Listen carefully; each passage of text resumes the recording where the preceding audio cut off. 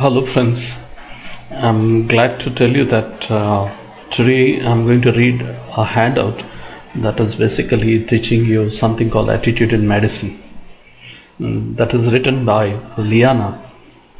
In fact, I communicated with Liana and I had just had one question whether this was a real story or it was just an imaginary story or a fiction. And I got this entire PDF also from the same author, Liana. And she told me that yes, it was a kind of a real story which she had written. And today we'd like to see this article written by Liana. Joshua Knew. This was published in JAMA in 1993.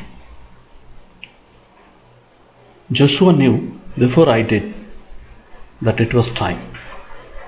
I went to see him just as I had done numerous mornings before. He lay on his bed, still. Except for his slow rise and fall of his chest, his sallow skin was lined up with fine blue veins. I drew closer, avoiding the tangle of tubing and wires that sprouted from him like roots from a plant. His small hands rested delicately on his distended belly. He was a small boy, appearing much younger than his 5 years.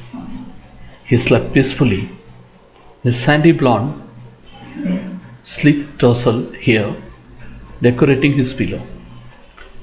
His round cheeks were spattered with brown freckles. A clear oxygen mask covered an upturned nose and slightly agape mouth. I nodded to his mother, who sat ever present at his bedside. As I leaned over to listen to his chest with my stethoscope, Joshua awakened. His steel blue eyes fixed on my face. "I don't need this anymore," he said, and pulled off oxygen mask. "I'm ready to die now." I looked at his mother, trying to hide my shock. For 3 weeks I had struggled to make this child well enough to go home for what would inevitably be his last Christmas. Now on December 17, Joshua was telling me that the fight is over. His mother reached to take his hand, and I backed away from the bed. Joshua had drifted back into unconsciousness. I felt a lump forming in my throat, and I knew that tears would soon follow. As I left the room, I struggled to regain control of my emotions. I had felt so helpless standing by, watching Joshua die bit by bit, unable to heal him. Looking through his hospital room window, I saw his mother speaking to him, pausing to kiss him softly on the forehead. She seemed so strong, while I felt as if I were being torn apart. As I turned away, I saw Joshua's father walking toward the room. I leaned back heavily against the wall, as if seeking strength from the building itself, covered with faces of gaily colored, smiling clones. The wall was a stark contrast to my solemn expression. He approached me, searching my face for some sign of hope. Slowly I managed to form the words to tell him that Joshua was ready to die. He set his jaw grimly and went inside.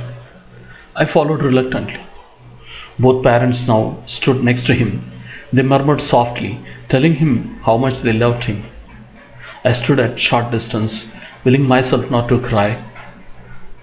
I turned to watch the monitor, focusing intently on the tiny tracings. Gradually, as I watched, the heartbeat became slower and slower until it stopped. His parents held Joshua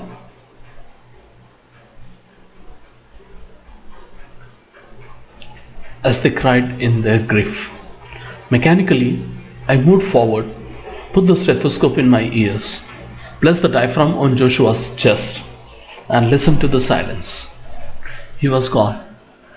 I mumbled condolences to the parents and hurried from the room. Walking rapidly down the hall, looking neither right nor left, finally I reached the stairwell. After closing the door behind me, I sat heavily on the concrete steps. A soft well emanated from some place deep within me. Warm tears began to flow down my cheeks as I wept quietly for Joshua. Soon, however, angry sobs racked my body as all the frustration and impotence overwhelmed me. After a while, I could cry no longer. So I sat, tracing patterns on the dusty stair, asking myself the unanswerable questions. Why couldn't I save my little Joshua? Why does the AIDS have to win every time?